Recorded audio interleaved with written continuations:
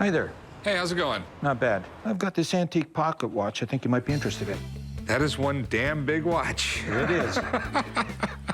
It's pretty neat that it's made by Doxa. It's actually a Swiss company that's still around. Right. This is a little odd that you have such a huge case. It really is. Weighs a ton. You don't walk around with that in your pocket, that's for sure.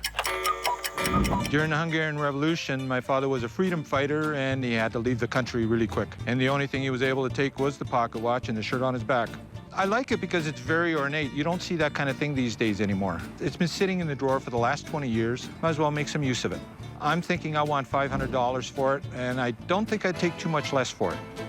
Today, Doxa is a pretty nice watch. I mean, it's not really high-end. We're not talking about today, we're talking about this one.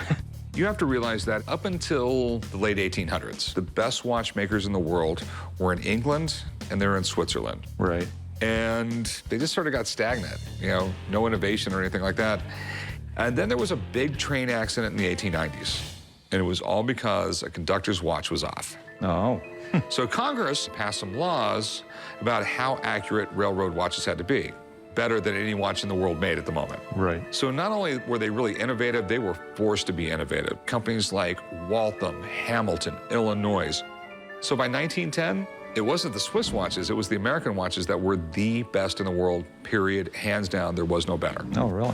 When you're collecting watches from this time period, what you really want is American watches. Wristwatches really didn't get popular until the 1920s, when some companies started paying Hollywood actors to start wearing them. After that, they got real popular real fast.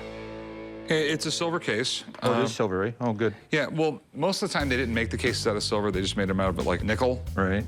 This one's a really fancy case, so Yeah. they made it out of silver. Yeah. This is something you'll see on the back of pocket watches a lot. It's a hunting scene. You can tell it's a European hunting scene because they're hunting like wild boar. Okay?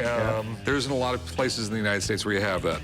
The inscription says Medal of Milan 1906, Liege 1905, so it's probably the city where this company got an award for its watches. Okay. What do you want to do with it? Oh, if you give me a fair price, I'll sell it. What do you consider a fair price? I was thinking around 500. That would be my bottom line. Normally, European pocket watches with a movement like this, just your standard run-of-the-mill ones with the silver case, Right. I'd offer you $100. Really? But we got something really weird going on here. We have this big, like, presentation case. You never see a case like this. Right. I mean, and it's really well made and it's really well preserved. Right.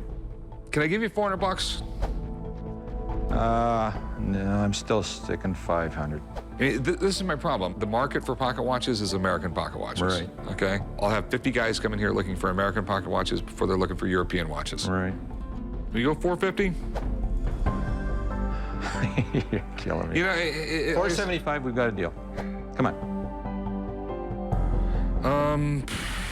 Is that gonna break you? An extra 25? Not gonna break me. 475. Good man. Since he's basically lowballed me, I figured, okay, let's try and notch it up. I knew that he was a little more negotiable.